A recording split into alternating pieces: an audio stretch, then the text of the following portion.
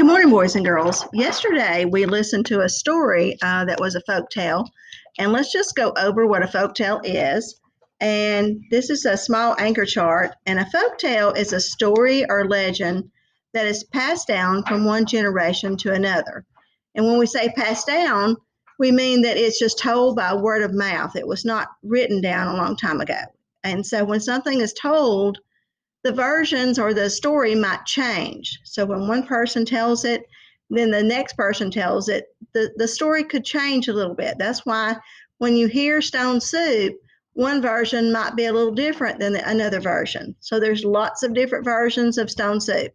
Sometimes they're soldiers, sometimes they're just one person, sometimes there's two, sometimes there's three.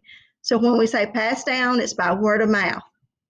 Folk tales have timeless themes and help people make sense of the world in which they live. So let's talk about what a theme is. A theme is the moral message, let me get out of the way, or lesson of a story, the heart of the story. And I just wrote some different themes that we find in stories that we read, like honesty and bravery, persistence, friendship, patience, determination, kindness. So when you read a story, think about what is the heart or what is the message in the story. Why did the author write it? What did they want us to learn? And I just typed this up on a smaller page so you see that the theme is the underlying meaning or lesson of the story. And the last thing here says that folk tales include real people from history and often use exaggeration to tell the story. So let's recap what we learned.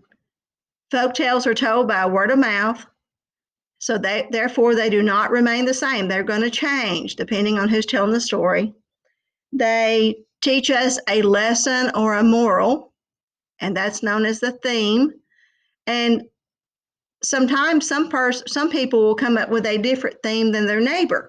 As long as you can tell me why you came up with that theme, that's all I need to know. Why do you think that the author wanted you to learn to be honest by that story, or why do you think the author wanted you to learn to be giving in that story? So if you can tell me why, yours does not have to be the same theme as your neighbor's. And a lot of time they will use people in history and they just exaggerate. Those sometimes are known as tall tales, but that is a type of folk tale.